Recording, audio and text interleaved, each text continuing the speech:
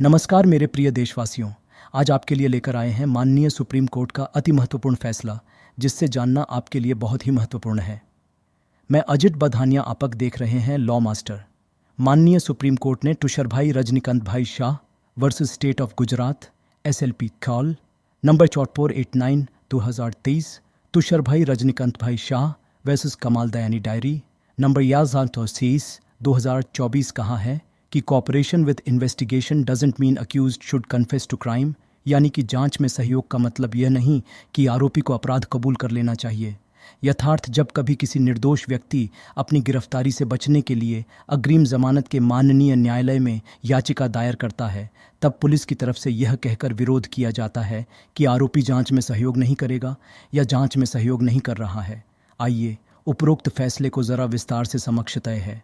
उपरोक्त फैसले में सुप्रीम कोर्ट ने दोहराया है कि जांच में सहयोग करने का मतलब यह नहीं है कि आरोपी को जांच अधिकारी के सामने अपना अपराध स्वीकार करना होगा। यथार्थ the supreme court has reiterated that cooperation with the investigation does not mean that the accused must confess to the investigating officer.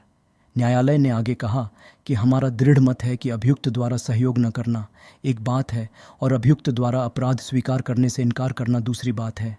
अभियुक्त पर यह बाध्यता नहीं होगी कि पूछताछ किए जाने पर उसे अपराध स्वीकार करना होगा और उसके बाद ही जांच अधिकारी संतुष्ट होगा कि अभियुक्त ने जांच में सहयोग किया है।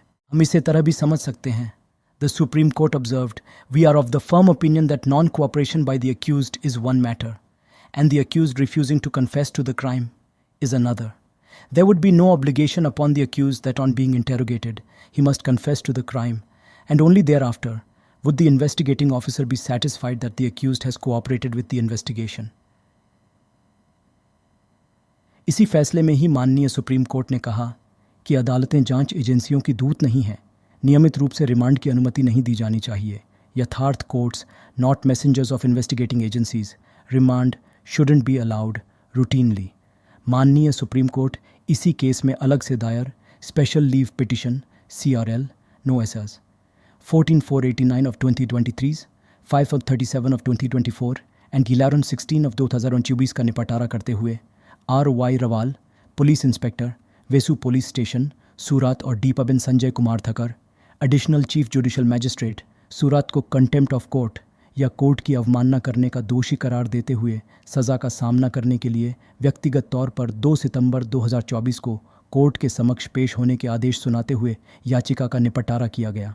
उपरोक्त प्रकरण से पुनः यही परिणाम प्राप्त हुए कि कोई भी व्यक्ति कानून व संविधान से ऊपर नहीं है, इसलिए न्यायिक प्रणाली पर व अपने आप पर भरोसा कायम रखते हुए संयम रखे।